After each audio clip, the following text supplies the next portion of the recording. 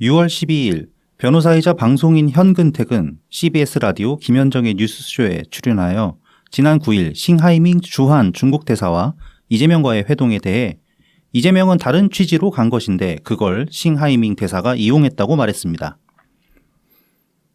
싱하이밍 대사의 내정 간섭을 두고 모든 잘못을 싱하이밍 대사 탓으로 돌린 것입니다. 하지만 눈앞에서 펼쳐지는 외교 참사를 방관한 이재명에게 아무런 책임이 없다고 말할 수는 없습니다. 지난 9일 중국 대사관 회동은 이재명에게 있어 그동안 강조했던 사이다스러운 모습을 보여줄 수 있는 절호의 기회였습니다. 하지만 정작 단호해야 할 순간 이재명은 그러지 못했습니다. 그동안 자신이라면 다 할 수 있다고 말했던 것들이 단지 허울 좋은 말뿐이었음을 몸소 입증한 것입니다. 또한 그 자리가 국가의 이익을 생각하는 외교의 자리가 아니라 단지 자신의 정치적 이익만을 바란 자리였다는 방증이기도 합니다. 이해관계가 얽혀 모든 것이 유기적으로 연결되어 흘러가는 사회 문제들을 단순 명쾌하게 해결하는 것은 현실적으로 불가능합니다. 설령 일시적으로 가능해 보일지라도 지속 가능한 완벽한 해법은 없습니다. 정치의 영역을 내치와 외교로 분리했을 때 그나마 단순 명쾌한 해법이 부분적으로나마 가능한 영역은 외교입니다. 여러 입장을 고려하여 중재와 협의를 이끌어내야 하는 내치에 비해 외교의 목적은 국익으로 좁혀지기 때문입니다. 문재인 대통령께서는 재임 중 북한의 무력 도발, 일본의 무역 도발 등 여러 안보, 외교 문제에 있어 단순 명쾌하며 단호한 입장을 보이셨습니다. 이는 좀처럼 보여주시지 않았던 2017년 선거 국면에서 이재명 측이 고구마라며 조롱했던 모습과는 거리가 먼 속 시원한 모습이었습니다. 고려해야 할 여러 갈등이 혼재하는 상황이 아닌 국가와 국가 간의 대립에서 국민들을 믿고 국가의 이익만을 생각했기에 보일 수 있는 모습이기도 했습니다. 2002년 대선 토론에서 권영길 후보의 실현 가능성을 무시한 공약들에 대해 당시 노무현 후보께서는 이렇게 말씀하셨습니다. 저는 당선권에 있는 후보입니다. 집권했을 때 현실적으로 가능한 것들만 얘기해야 합니다. 제가 권영길 후보처럼 꽃노래 부를 줄 몰라서 안 부르는 거 아닙니다. 20여 년이 지난 지금 꽃노래만 불러대다 정작 나서야 할 때 나서지 못하고 있는 사람이 다른 정당도 아닌 민주당의 당 대표이자 대권주자라는 사실이 참으로 참담합니다. 안녕하세요. 오늘은 6월 17일 토요일입니다. 저는 나이브TV 블랙아웃 BC입니다. 네, 호구맨입니다. 이재명이 말입니다. 네. 이게 완전히 병풍이라고 해야 되죠? 싱하이밍 주한 중국 대사가 깔아놓은 그렇죠. 그거 뭐 좋다고 유튜브로 라이브 방송까지 해가지고 지금 저희 인트로에 이제 12일 날 이제 현근택이 방송에서 발언한 걸 가지고 인트로를 하지 않았습니까? 네. 이 인트로를 쓴 날이 12일이거든요. 네. 그 뉴스를 보고 쓴 건데 그 뒤에 또 보니까 또 14일이었나? 또 장경태가 또 방송에 나와가지고 또 이상한 소리를 했더라고요. 네. 이후에 정부에서 중국 대사 초치 이루어졌고, 그 다음에 이제 중국도 지금 거기에 맞불 나가지고 주중 한국 대사 또 이제 똑같이 초치를 했는데, 지금 중국 대사는 거의 이제 잘릴 거 같거든요. 지금 보면 상황이. 정부, 그리고 애초에 최초에 초치하는 건 차관급에서 하는 거잖아요. 네네. 근데 그 뒤에 장관급에서도 항의가 나왔고, 그다음에 대통령실까지 부적절하다는 그런 메시지를 냈기 때문에 전문 용어가 있던데 그러니까 대사를 거부하는 페르소나 뭐더라 그런 거 있던데 아무튼 그래가지고 지금 거의 이 대사가 이제 잘릴 그런 상황까지 갔죠. 근데 이제 이 상황을 가지고 장경태가 하는 얘기가 이제 윤석열 정부에서 그렇게 이제 반응을 하는 게 이재명이 외교를 잘해가지고 시기에서 하는 짓이다 이렇게 얘기를 했어요. 방송에서. 도저히 맥락이 안 나오죠. 네, 참 희한한 발상이네요. 이제 그런 얘기는 사실은 이제 그 취지만 따지면 어느 정도는 이제 맞는 말이다 싶은 건 있는데, 그러니까 이를테면은 정부에서 얘기를 잘 못하니까 지금 민주당에서라도 뭐라도 해보려고 이러는 거 아니냐 그렇게 장경태가 얘기를 했어요. 네네. 그 점은 충분히 이제 그렇게 생각해 볼 수 있는 거죠, 사실. 네, 그 뒤로도 민주당 의원 한 대여섯. 네, 이따가 소개할 얘기지만은. 네, 중국을 방문을 했었죠.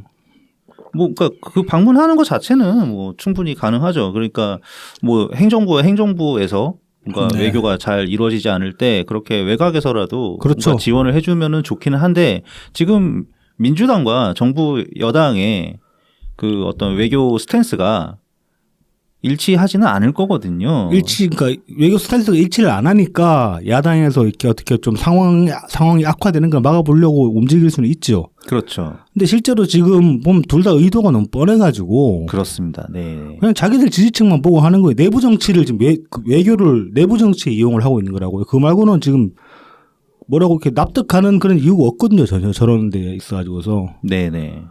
그래서 뭐 저기 민주당 그 장경태가 뭐 정부 외교 못 하고 있다 그렇게 지적하는 건 맞는데 민주당은 잘했냐? 민주당은 잘한 게 없거든. 그렇죠. 네. 그래서 참 뭐 윤석열이 질투해서 그런 소리를 했다. 시기 질투해서 중국 대사관 조지고 있다 그런 소리 하는 건 진짜 참 얼척이 없습니다. 많이. 그거는 이제 장경태 의원이 너무 모르는 얘기를 하는 거죠. 모르는 얘기에 나서라기보다 그냥 어떻게든 이재명 실드를 쳐야 되니까 억지 논리 만드는 거죠. 뭐 그렇게 네. 봐야 되겠죠. 이제 뭐 좀 아는 게 있으면 그래도 좀 더 그럴싸한 방어 논리를 펼 텐데 예를 들어서 보면 그런 거죠. 중국에서도 뭐 예를 들어서 우리나라에서 어떤 중국에 대한 비판적인 뭐 네. 예를 들어서 뭐 대만 문제라고 하면은 중국에서는 강하게 자기네들의 내부 정치 문제니까 참견하지 말라 이런 식으로 그렇죠. 얘기한단 말입니다. 그렇죠. 근데 중국이 이 싱하이밍 대사가 우리 한국에 대해서 얘기한 것도 그런 맥락으로 볼 수 있는 요소가 충분히 있거든요. 그렇죠. 네. 그러니까 윤석열 정부에서는 질투가 아니라 당연히 해야 되는 얘기죠. 예, 대사를 초치해가지고 네. 예, 항의를 할 수 있는 부분이거든요. 사실 그 제가 윤석열이라면은 이렇게 얘기했을 거예요. 중국이 대만 문제 간섭 말라고 얘기를 하잖아요. 그럼 제가 윤석열 스탠스의 대통령이었다면은 저기 시진핑 만나가지고 이렇게 얘기를 할 거예요. 니들도 씨발 북한 문제가 손 떼라고. 네, 그럴 수 우리 있죠. 민족 문제인데 니들이 왜 지랄이냐고. 맞습니다. 네. 족간소리 하지 마라 그렇게 얘기를 했을 거예요. 진짜로. 세게 얘기를 했을 거예요. 정말 세게 얘기했을 거예요. 그러면 우리도 대만 안 건드리겠다. 아무 소리도 안 할 테니까 북한에 한 발짝도 들일 생각도 하지 말고 일체 관여하지 말라고 그렇게 얘기를 했을 거예요. 진작에. 근데 안 되잖아. 그렇죠. 왜냐면 얽혀 있으니까 사실은. 예. 서로 서로 그냥 뭐 남의 나라 문제, 남의 민족 문제라고 떼놓을 수 있는 그런 입장이 못 되는 거예요. 다들 얽혀 있기 때문에. 그래서 중국이 애초에 그렇게 이야기한 것도 어이없는 얘기고. 그런데 그렇다고 해서 우리나라 정부가 중국 정부에 대하고 직접적으로 대만 문제 어쩌고 저쩌고 얘기한 적은 없잖아요. 그 미국 쪽이나 돼야지. 미국 그 전쟁 불사할 수 있는 그런 나라 쪽이나 돼야 그런 얘기를 하는 건데. 근데 중국은 우리나라에 대고 미국 문제를 얘기를 했잖아요. 다만 윤석열 대통령이 미국 갔을 때였나? 예. 뭐 중공 이런 얘기를 그렇죠. 해가지고. 그런데 그것도 시진핑 면전에 대한 얘기는 아니잖아요. 그렇죠. 그러니까 딴 나라 가서 이제 공식적인 발언은 아닌데. 그렇죠. 오만 데 가서 그런 소리를 한 거죠. 예, 말하자면. 근데 중국 듣는 입장에서는 매우 빈정상할 그렇죠. 예, 좀 외교 관점에서 실언을 한 셈이죠. 그러니까 사실 그 국가를 제가 이제 우리나라 사람이 그 한국 국민이라는 정체성을 떼놓고 보면은 윤석열이 그 무시당할 짓을 한 건 맞아요.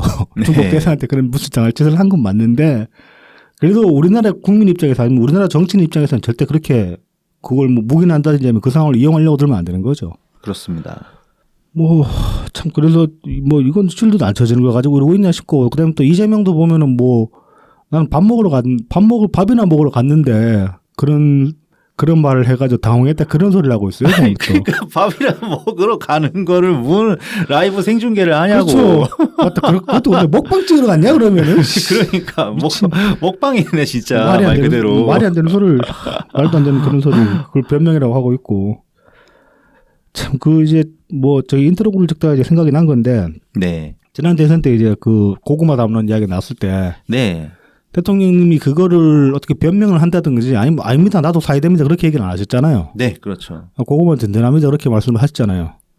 근데 그 말씀이 이제 당시에는 그냥 이제 압도적인 1위 경선에서 1위 후보였으니까 굳이 이제 경쟁자들하고 이렇게 싸우는 모습을 안 보이기 위해서 그냥 유하게 넘어가는 그런 이제 화술 정도로만 생각을 했었는데 좀 더 지나고 나서 생각을 해보니까 그 말씀도 참 어떻게 그러니까 받아들이기에 따라서는 꽤 큰 의미가 있다는 생각이 들더라고요. 그 고구마라는 말에 함축되어 있는 게 사실은 그 집권의 무게 네. 그거거든요. 뭐든 속 시원하게 이루어지는 거 없다는 거. 그걸 네. 일찌감치부터 지지자들한테 이제 어쩌면 메시지를 던져주신 거일 수도 있겠다. 근데 이제 그게 사실 정치인이 그렇게 말하기가 쉽지가 않거든요. 내가 뭘 할 수 있다라고 얘기를 해 표를 받지. 내가 하기는 하는데 내가 하는 일이 시원시원하게 그렇게 흘러가지는 않을 것이더라고 그렇게 얘기할 수 있는 정치인은 많지가 않습니다. 그리고 그거는 되게 솔직한 거죠 사실은. 일이 어떻게 흘러가는지 뻔히 보고 다 알고 있는 상태에서 이거를 사람들한테 숨기고 내가 그냥 잘할 수 있다고 얘기를 할 수가 없는 거예요. 그래서 그런 점에서 보면 대통령님이 당시에 고구마라고 하신 말씀은 되게 고마운 말씀이기도 한 겁니다 사실은. 지금까지 정치인들 통틀어 가지고 그렇게까지 지지자들한테 솔직하게 이러이러해서 뭐 이렇게 쉽게 흘러가지 않을 것이라고 얘기할 수 있는 대통령 그 정치인은 많지가 않았어요. 김대중 대통령님 취임식 때 그러셨고, 네, 그렇죠. 노무현 대통령님도 그런 말씀 많이 하셨고, 네, 네. 그러니까 민주당 대통령님들만 그 얘기를 할 수 있어요. 그래서 또 역설 그걸 이제 억지로 끼워 맞춰 보면은 민주당에서 대통령이 되려면은 그런 얘기를 할 수 있는 사람이 된다라는 얘기가 될 수도 있겠죠. 그렇죠. 지금까지 3명이나 그랬으니까 네. 3명이 공통점일 수도 있으니까 그게.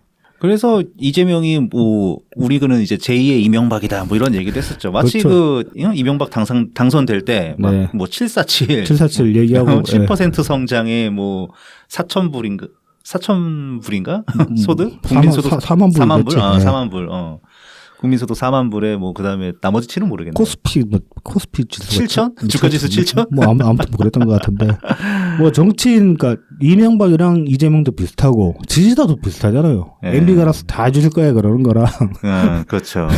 굉장히 상징적인 네. 네. 말이었죠. 주말에 이제 좀 저희 어저께 이제 백총이 트윗을 하나 올리셨는데 되게 좀 웃기는 트윗이 하나 올라왔어요. 아, 예. 이게 이제 뭐 그 기자들한테 받은 그런 이제 내용 같은데 이재명 싱하이밍 대사 만남 이후 리자이밍이라는 별명이 기자들 사이에서 떠들자 단속 나섰다고 한다. 본인 귀에 리자이밍 소리 안 들리게 해라. 근데 이제 리재명도 아는 거지. 리자이밍이 그 반대자들이 만든 별명이기 때문에 이거 기자들 단속한다고 될 일이 아니라는 건 아는 것 같다. 이제 그렇게 이제 나왔는데 이거 이제 나오고 나가지고 이재명이 싫어한다는 게 이제 백총 트윗을 따르면 이재명이 이 별명을 정말 싫어한다는 게 이제 알려졌으니까 사람들이 지금 이제 트위터에 리자이밍 쓰기 운동을 하고 있거든요. 그래서 저희도 이제 오늘 방송은 이재명 대신에 리자이밍의 고수 한번 얘기한다는 대목마다 한번 해볼까. 구글 들어가서 이제 리자이밍으로 검색을 해보면은 좀 이제 웃기는 게 하나 뜹니다. 중국 동포신문이라는 데가 있어요. 네. 이거 그냥 조선족 신문 같은데. 네. 중국 동포신문 보면은 뭐 싱하이밍하고 회담한 이후에 난 기사가 있는데 그 기사 제목에 보면 이재명을 리자이밍이라고 써놨어요. 그래서 저는 이제 애초에 리자이밍이라는 게 그냥 중국어식으로 발음하는 거를 이제 누가 이제 그렇게 흉내내기 식으로 그렇게 이제 만든 조언 줄 알았는데 그게 정말 리자이밍이라고 읽더라고. 아, 예, 그렇습니다. 예. 그 이재명 대표 한자가 예. 단순한 거기 때문에 그 발음은 알고 있었거든요. 성조까지 몰라도. 네. 리자이밍 뭐 그러겠지 뭐. 아무튼 그래서 이제 리자이밍 많이 쓰자. 공지라고 해야 되나? 네, 그렇습니다. 자, 그러면 본 내용으로 들어가기 전에 저희를 도와주시는 고마운 분들 소개해드리고 본 내용으로 들어가겠습니다. 유튜브 후원 댓글을 통해서 바람소리님 후원해 주셨습니다. 네, 감사합니다. 감사합니다. 후원 계좌를 통해서 트친 S님 바로 나오네. 주한 중국 대사 리자이밍님 후원해 주셨습니다. 감사합니다. 감사합니다. 근데 이분이 그 백총이 리자이밍 이야기 하기 전에 이 이름으로 오늘 이번 주 후원하신 걸로 저는 그렇게 알고 있거든요. 우리도 지난주 방송에서 리자이밍 지난주에 했나요? 했어. 기억이 안 나서. 싱하이밍, 리자이밍. 그랬구나. 그랬던 거야. 뭐 이렇게 뭐 널리 이미 알려진 거기 때문에. 뭐 중국어 이름도 생기고 좋지 뭐 그걸 또 뭐 그렇게 또 막 그러냐. 속 좁게. 그러니까 단속이라니 참 웃깁니다. 네. 예. 다음은 제공입니다.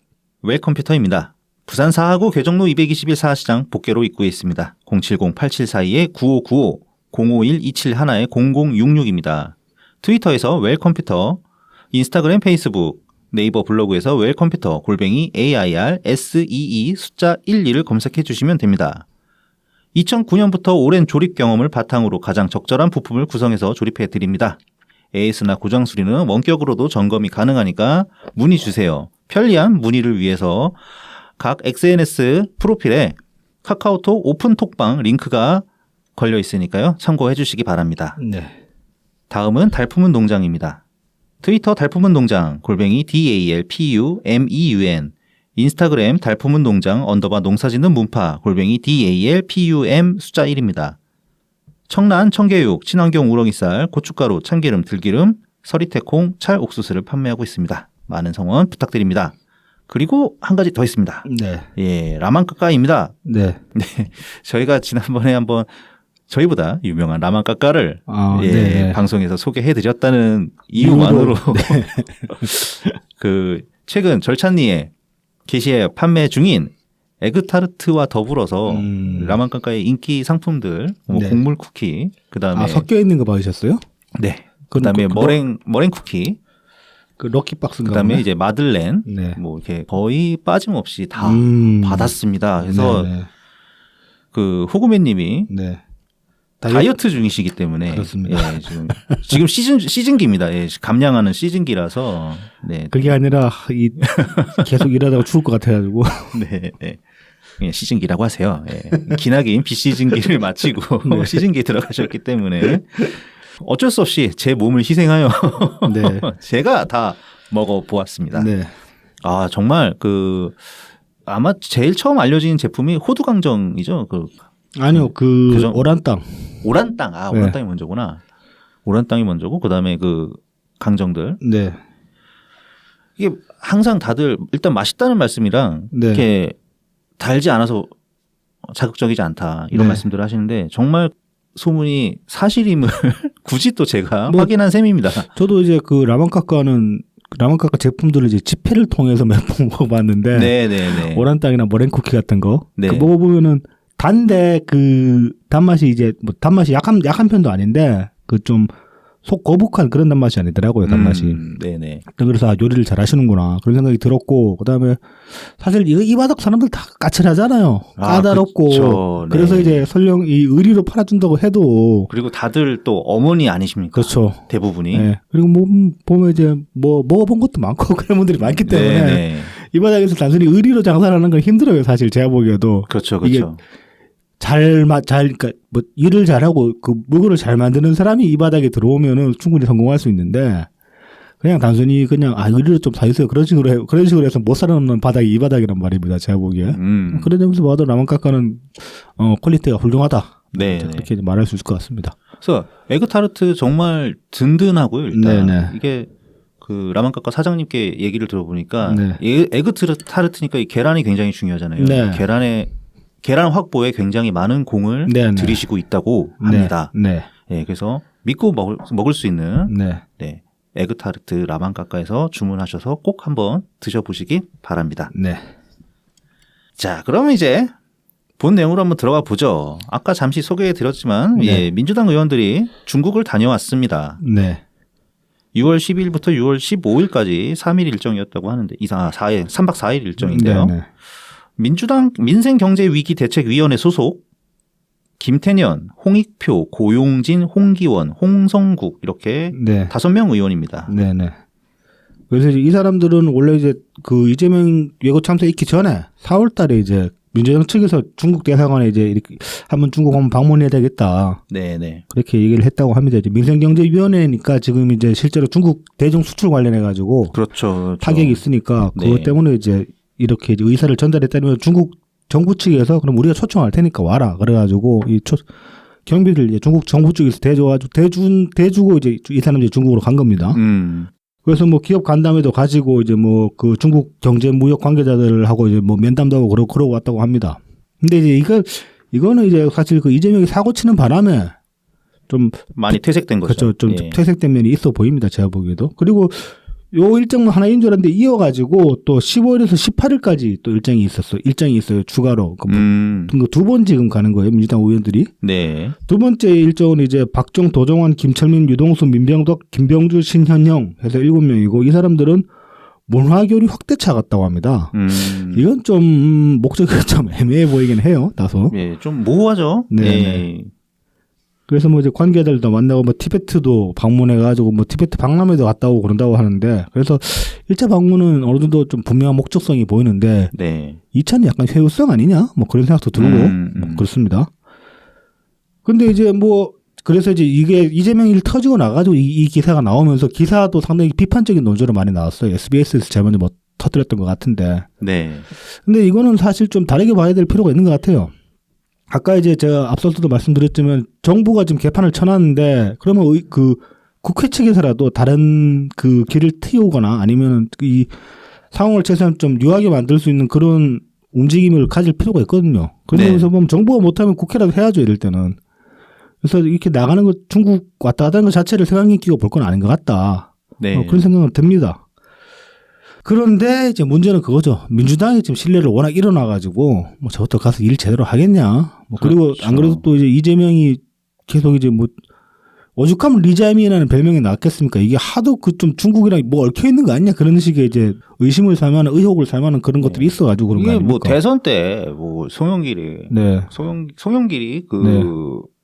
유세 현장에서 노래 중국 노래 부르는 거? 그 이제 우리나라에서는 그 안재욱 씨 노래죠. 네네. 친구란 제목이 친구인가? 네네. 그래가지고 이제 그게 중국어 버전이 있어요. 중국에서 네. 인기가 많아가지고. 그게 원래 원곡이 중국 노래예요? 원곡이 중국인가? 예. 예. 그래서 그 노래를 네, 뭐 중국어로 중국어로 부르질 않나. 무슨 국내 선거 유세에서 그러니까요. 예, 중국어로 버전으로 네. 그거를 부르는지. 근데 그거 막 따라 부르는 사람도 있었던 것 같은데. 아, 그렇죠. 같이 부르시는 또 분들이 있었죠 그때. 그래서 정말 이 중국 사람들 동원된 거 아니냐. 그렇게 네. 볼 수도 있고 뭐 그 코나이나 그 저기 뭐야 코나이는 경상원이었나? 그 중국 쪽에 사람 보낸 게. 네, 코나이가 이제 시장경제진흥원, 시장경제진흥원이나 경기도. 코나, 예. 그 이제 중국 통일합시고 이명박 따까리 경찰. 네네네. 걔 계속 중국에 짱 박아놓고 그랬었잖아요. 그랬었죠. 그런 네. 것도 있고 하니까 이게 좀 중국이랑 뭔가 좀 커넥션 있는 거 아니냐. 뭐 이제 그런 식의 이제 의혹이 있는 와중에 이렇게 의원들이 또 마침 이 타이밍에 이렇게 가니까 참 고운 시선으로 봐주기가 좀 힘들다. 뭐 그런 면은 있습니다. 근데 네. 이제 좀 이성적으로 생각해 보자면은 저런 움직임이 필요하다. 사실은 지금 네. 시점에서 특히 뭐지, 그러니까 그렇게 제대로 하고 왔으면- 오면은 네. 되는 거죠. 그렇죠. 네. 뭐 가가지고 관광이나 하고 오지 말고. 뭐 덮어놓고 그냥 비판하기보다는 그래도 예, 좀 실질적인 성과가 있는지 확인은 해보고 까는 게 좀 더 맞지 않을까. 네, 그런 근데 뭐 생각입니다. 성과를 확인해 보기가 쉽지도 않죠, 사실. 네, 뭐, 근데. 그러니까 일단 성과가 금방 안 나죠. 근데 그러니까요. 그러니까 네. 지금 또 타이밍이 이러니까 얘네들이 뭐 발표도 안 하려나? 이게 이제 원래 그 중국 갔다 온 거를 비공개를 했어요. 네. 비공개를 했다고 들킨 거예요. 이거 말하자면. 그래서 또 더 안 좋은 것도 있는 거예요. 지금 여론이. 오히려 더 당당하게 다녀왔어야지. 그러니까요. 예. 뭐 이거 뭐 숨길 일도 아닌데 네, 왜 그랬나 모르겠어요. 그렇습니다. 그러니까 더 괜히 의심받지. 음. 네, 그 다음에 뭐 오랜만인가? 하여튼 송영길이 예, 방송에 등장을 했습니다. 이거 이제 KBS에서 이제 오랜만에 한번 불러준 모양인데 더 라이브 이제 15일날 나와가지고 뭐 얼처검사를 하나를 했어요. 자기가 당대표 시절에 이제 당시에 이제 국힘당 대표가 이준석이었으니까 이준석이랑 이제 전국민 그 재난지원금 하자고 합의를 했다. 근데 그 홍남기 부총리가 끝까지 반대하는 바람에 못했다. 뭐 전국민 지급 안 됐다. 그 2차 때는 그랬죠. 2차 때는 완전 지급은 아니었잖아. 네네. 뭐 이제 그래가지고 그것 때문에 지금 대선에서 졌다고. 그러니까 해임시켰으면 네, 이겼다. 홍남기 경제부총리를 해임시켰으면 이겼다. 이건 사실은 그러니까 타고 올라가면 대통령이 탓한 거죠. 어떻게 보면은. 그렇죠. 여기 또 지가 얘기했잖아요. 문재인 대통령이 신임했던 네. 홍남기 경제부총리가 네. 끝까지 반대했다. 대통령님까지 싸잡아서 비난을 한 거죠. 이 양반. 아니, 대선 진 이유를 이 재난지원금 이슈 하나에서 대선 진 이유를 찾는다는 것도 참 이거 뭐라고 해야 될까? 이런 사람이 당 대표였단 말이죠. 네. 예. 아주 얼쩍없는 소리고 그때 계속 그런 식으로 돈을 뿌렸으면은 우리 지금 물가 상승률 이제 조금씩 진정되고 있는 분위기인데 네네. 물가 상승률이 더 올라갔을 수도 있는 겁니다. 그렇죠. 미국의 상황이랑 비교하면 그래요. 그렇죠. 예. 천문학적인 돈을 뿌렸던 미국이 지금 겪고 있는 거랑 비교하면은 충분히 알 수 있는데 뭐 그냥 이거 좀 뒷북 쩌네요. 그리고 지금 이런 식으로 얘기하는 거는 사실 이거 스스로가 저는 그 전국민 지급 방식이 매표행위라는 거를 자임한 것밖에 안 되는 거예요. 그렇죠. 네. 이거 그러니까 저는 지원금이라는 게 사실 필요한 사람한테 주는 게 맞잖아요. 맞습니다. 네. 그런데 이제 그 지원 상황에 따라서 그렇게 이제 선별할 만한 그런 이제 시간적 여유가 없을 때 1차 때 그렇게 전국민 지급했던 명분이 그거였잖아요. 일단 네. 뿌리고 봐야 된다고 그렇게 막 물론 사실은 이제 그때 임박한 선거에 어떻게 좀 유리하게 끌고 가려는 그런 노림수가 있었던 것 같긴 한데 어찌됐건 간에 명분은 그랬단 말입니다. 네. 근데 이후에 재난지원금은 그럴 필요가 없었잖아요. 사실 1차 때도 기재부 측에서는 준비 다 돼 있다고 선별할 네네. 준비 다 돼 있다고 그렇게 얘기를 했었는데도 불구하고 이제 이해찬이 당시에 우겨가지고 그렇게 된 건데 이거를 참 매표를 정당화시키는 매표를 당연시하는 그런 인식으로도 보여가지고 이거 참 진짜 많이 어이가 없습니다. 하기야 이 정도 인식이니까 그 돈봉투 좀 뿌린 거 그게 뭐 대수냐 그렇게 생각하는 거일 수도 있겠어요. 한편으로 보면은. 그리고 뭔가 이제 소설을 좀 써보자면 네. 그때 당시에 이준석이 네. 이거 왜 합의해줬겠습니까? 홍남기 부총리가 어차피 막을 거라고 생각했거든요. 했을 거 같거든요. 뭐 그럴 수도 있고. 그러면은 이제 네. 민주당 정부랑 여당 사이에 이제 기류가 이상해지는 거니까 이준석은 손해 볼 일이 전혀 없단 말입니다. 이준석 입장에서 봤을 때도 그렇죠. 뭐 사실 거기서 전국민 지급하자는 방침에서 만약에 물러나 버리면 오히려 그 단순 표계산만 돈 날아간다고 계산할 수도 있는 거니까. 네. 근데 참 이 송영길 인식이라는 게 참 와 진짜 정말 역대급으로 끔찍한 당대표였구나. 네. 뭐 그런 생각이 듭니다. 근데 지금 다음에 이야기할 이 양반이랑 비교하면 누가 더 역대급으로 끔찍할까는 그러니까 당대표 시절만 놓고 보면은 모르겠다. 그 정치 인생 통틀어가 총체적으로 끼친 폐하로 따지면 이 다음에 이야기를 이 양반이 훨씬 세겠지만은 그렇죠. 당대표 시절만 놓고 보면은 누가 더 최악의 당대표인지 잘 모르겠습니다. 이재명이나 송영길 비교해도 비슷비슷할 것 같아요, 수준이면은. 아, 그렇죠. 네네. 자, 이해찬 전 대표가 네. 요새 뭐 좀 돌아다니시나 봐요. 네네. 그래서 전국 순회 민주 아카데미 특강을 6월 16일에 가지셨는데 거기서 한 말들이 아주 처참합니다. 한마디도 빼놓을 게 없어요. 네, 진짜 거를 게 없어요. 네. 윤석열 정권이 민주당을 교란하고 이재명 대표를 끌어내리려고 한다. 네. 예전에는 공작했는데 지금은 대놓고 한다.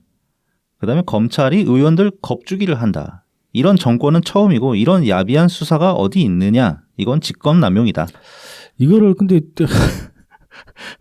왜 범죄를 저질러 놓고 왜 검찰 탓을 하지? 그리고 뭐 이런 정권이 처음인 게 아니라 난 이런 민주당이 처음이에요, 사실은. 그렇죠. 네네.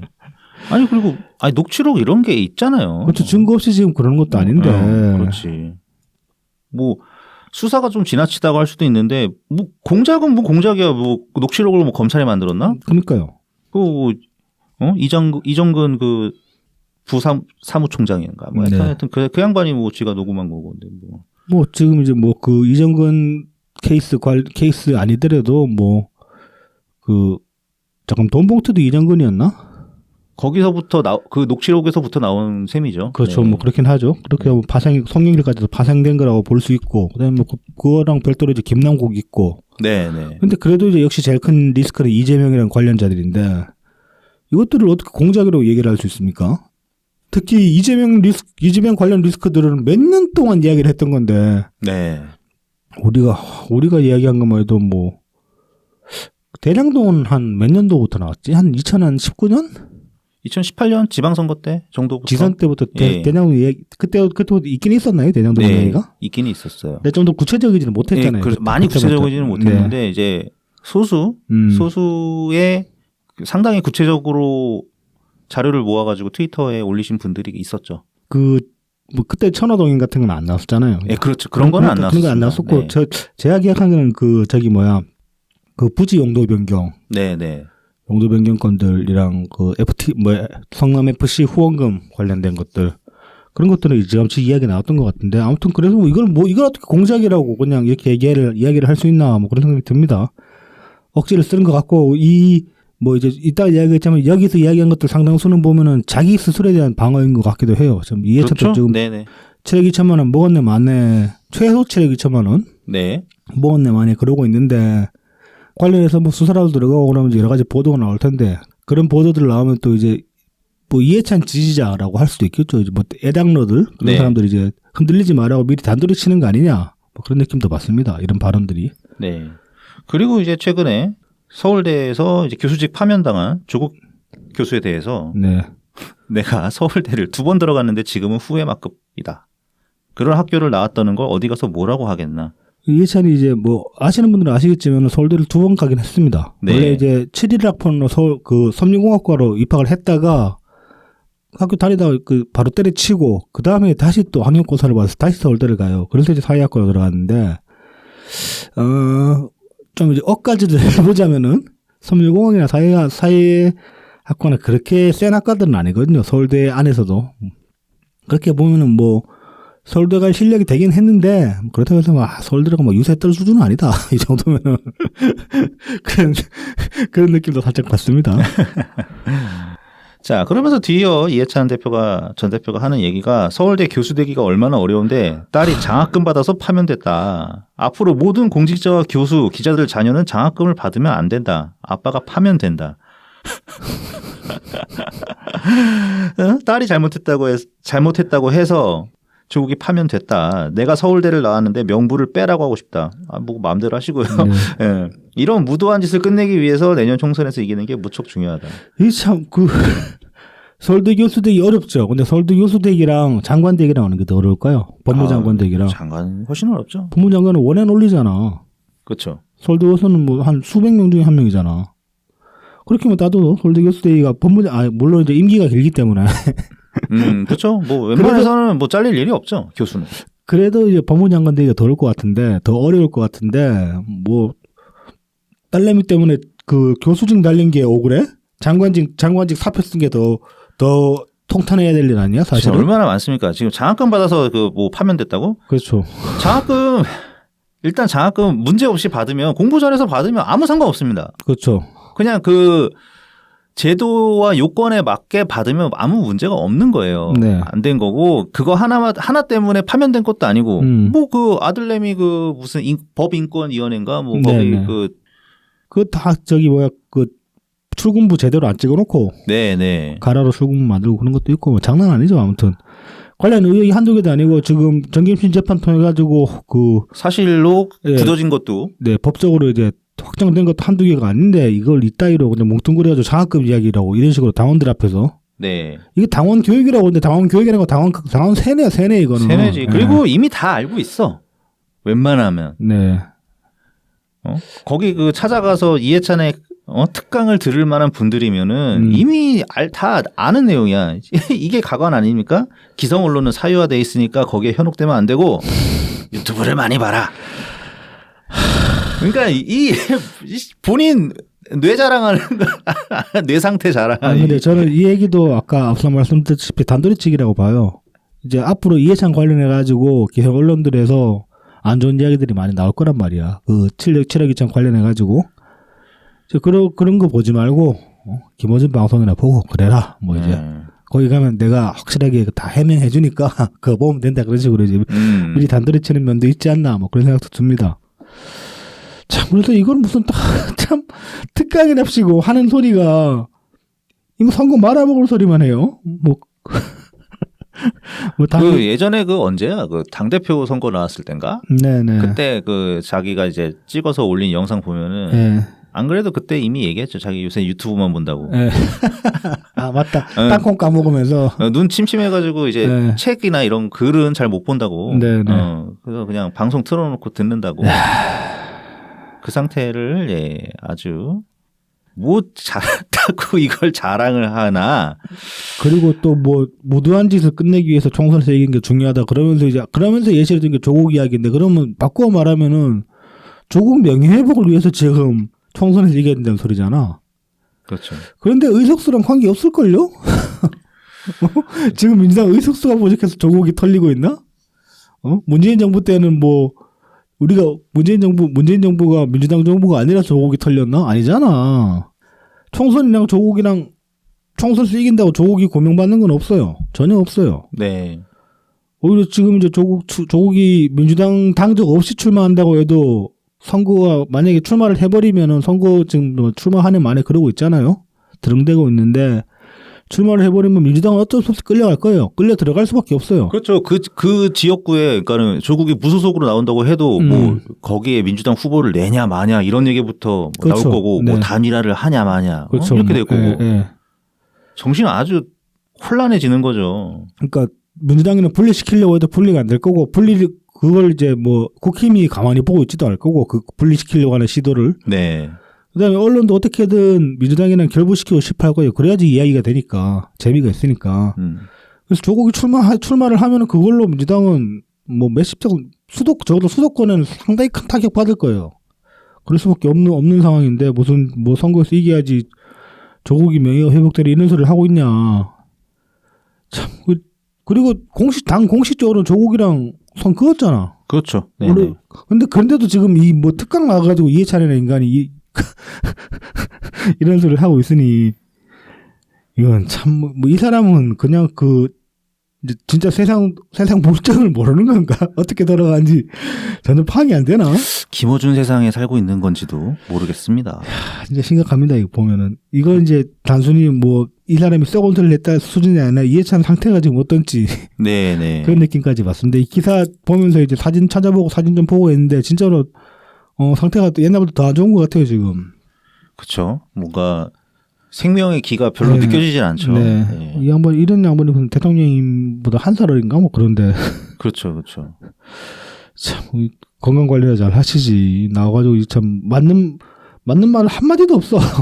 그러니까요. 한마디로 그러니까 지금 송영길부터 시작해가지고 네. 지금의 민주당을 그러니까 대통령이 만드신 더불어민주당을 지금의 민주당의 모습으로 네. 만드는데 크게 일조한 두 사람이 둘 다 뻘소리를 네. 했습니다. 그러니까 이렇게 되는 게 너무 당연했다. 네. 이재명까지 연결되는 이 역사적 흐름이 너무 당연한 결과였다는 것이 새삼 증명이 되는 것 그러니까 같습니다. 정말 짜증나는 게 우리 추미애도 정말 싫어하잖아요. 네. 그런데 지금 이제 문재인 정부 시절 동안에 당대표가 4명이었잖아. 네. 그 당대표 중 4명의 당대표를 나열해놓고 보면은 상대적으로 네. 이해찬이나 송영길에 비해서 추미애는 선녀다 그런 얘기가 나오는 거야. 물론 이제 그 위에는 비교 불가능한 이제 그 이낙연 대표 시절이 있었지만은. 네. 뭐 추미애가 당 대표 할 때는 워낙 뭐 상황이 괜찮았고 정권 초기였으니까 네. 물론 이제 지방선거 때 추미애가 워낙 그 쓰레기 같은 소리를 많이 하긴 했지만은. 그 다음에 이제 대표 신분은 아니었지만 네. 그 경선 때 보여준 모습은 뭐 예. 어마어마하죠. 이해찬은 확실히 이 쌍방울이랑 연결되면서 이렇게 이재명 덕을 많이 번 것 같아요. 이런 소리도 하는 거 보면은 뭐 이 대표를 줄곧 지켜봐왔는데 대단히 진지하고 공부도 많이 하고 내공도 강하다. 어디를 봐서 대체. 그러니까 말이에요. 아니 그렇게 뭐 아는 것도 많고 똑똑한 사람이 중국 대사 앞에서 그 뭐 해야 될 그런 말을 해야 되는지 말아야 되는지도 모르고 판단도 안 써가지고 그렇게 그 무슨 원차이나 소리 나고 그러고 있나? 그다음에 내공이 강해? 아이고 진짜 참 얼마나 받아먹었길래 이런 소리를 할 수가 있나? 글쎄요. 그런 생각 든다 진짜. 네. 아니 뭐 그러니까 뭐 이해찬에 대해서 이제 제가 그 아까 좀 엇가지설 했지만 어쨌든 서울대 2번 나갔으니까 똑똑한 사람 아닙니까 이 사람도. 그렇죠. 네네. 뭐 그때가 그러니까 인생의 절정이 아니었을까. 커리어 하이였다. 네, 서울대 네. 2번 네. 갔을 때. 네.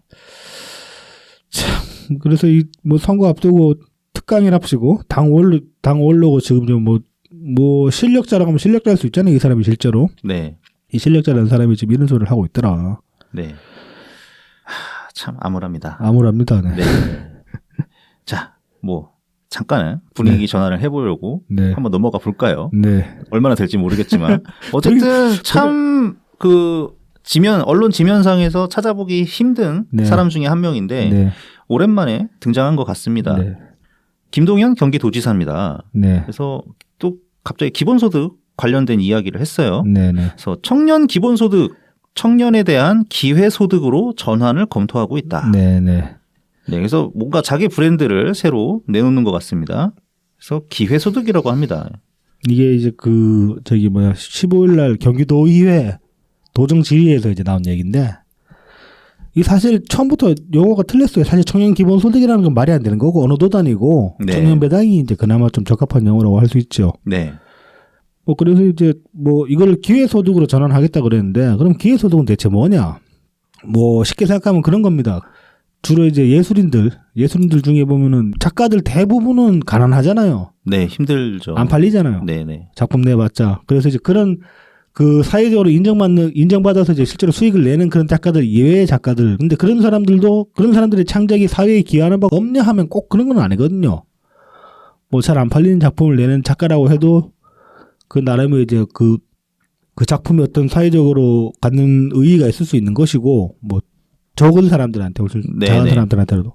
그래서 이제 그런 사람들한테 그 말하자면 어느 정도 이제 삶을 보장해 준다. 뭐 그런 차원의 이제 그런 차원으로 이제 지급하는 게 기회소득이라고 할 수 있는데 물론 이제 경기도에서 시행하려고 하는 거는 삶을 보장해 주는 수준까지는 아닙니다. 그냥 이제 단기적으로 뭐 약간 보탬되는 정도. 그래서 이제 연 150만 원 정도를 일정 기간 동안 한 곳에 계속 주는 건 아니에요, 이것도. 네. 그래서 일정 기간 동안 주는 걸로 이제 그런 정책을 지금 수립을 하려고 해서 이제 의회에 이제 의회에 제출을 한 상태인데 이거는 저는 나쁘지는 않다고 봐요. 이건 이제 사실 유럽 저희 북유럽 같은 경우 이런 비슷한 모델들이 있거든요. 네네. 거기 보면 이제 예전에 어디였나 스웨덴이나 어디 관련 특집 프로그램을 보니까 뮤지션들. 네네. 북유럽 이제 데스메탈하는 그런 밴드들. 그렇죠. 제가 좋아하는 나라죠. 네. 근데 이제 거기서 대부분 보면 장사 안 되거든요, 요즘. 진짜로 뭐 거기도 이제 클럽에서 공연하면 한 10명 와가지고 막 그러고 있고 그러는데.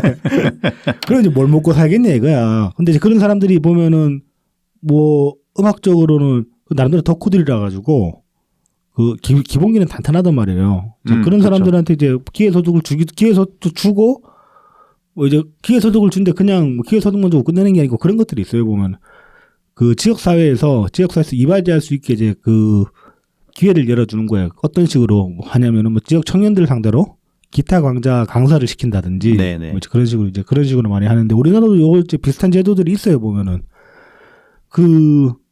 서울시만 해도 이제 구청별로 구 단위별로 이렇게 뭐 소소하게 주말에 축제 같은 거 종종 열리지 않습니까? 네. 뭐 지하철역 앞에 광장이나 아니면 지하철 역사 안에 공연장 만들어서 하고 하는데 그런 것들이 다 대부분 보면은 알려지지 않은 그래 이제 뮤지션들 많이 데려서 공연을 이렇게 버스킹을 많이 시키잖아요. 그렇게 그런 것들도 좀 이제 약간 이제 기회소득적인 면이 있는 것들이고 그런 공연들도 아니면은 또 뭐 학교나 지자체 이것도 지자체 다리별로 보면은 이제 여러 가지 문화 특강이나 아니면 학생들 상대로 하는 강의에서도 이제 뭐 그런 뮤지션들이나 아니면 작가들을 활용하는 경우들이 있습니다. 초청해가지고 트위터 보니까 이제 우리가 잘 아는 목걸이 가요님 그분도 이제 학생들 좀 요즘 가르치시는 것 같은데 그런 프로그램 아닌가 싶더라고요 보니까. 네. 그래서 이런 것 김동연이 이 기회소득을 내세운 거는 저는 적어도 이재명이랑 비교했을 때는 훨씬 똑똑하다. 왜냐하면 실제로 실행되고 있는 모델이고 충분히 사회적 의의를 설득할 만한 그런 여지가 있는 것들이거든요. 이거는. 네네. 그리고 그렇게 예산이 그렇게 많이 들어간 것도 아닙니다. 기본소득에 비하면은. 네. 충분히 고려를 그러니까 기본소득이랑 비교를 하면은 뭐 계속 나오는 것도 아니고. 네네. 그 다음에 일단 대상도 이제 이번에 제출한 예술인 기회소득 같은 경우는 중위소득 120% 이하의 예술인에게 준다고 하니까 대상도 약간 제한돼 있고. 그래서 뭐 어떤 무분별하게 많은 예산이 들어간다거나 그런 것들은 좀 보완이 된 그런 제도인 것 같습니다. 김동연 주장에 따르면 이제 기존의 경기도 청년 배당에 비하면 예산이 거기서 한 10분의 1에서 뭐 100분의 1까지 이제 그렇게 적게 들어간다고 합니다.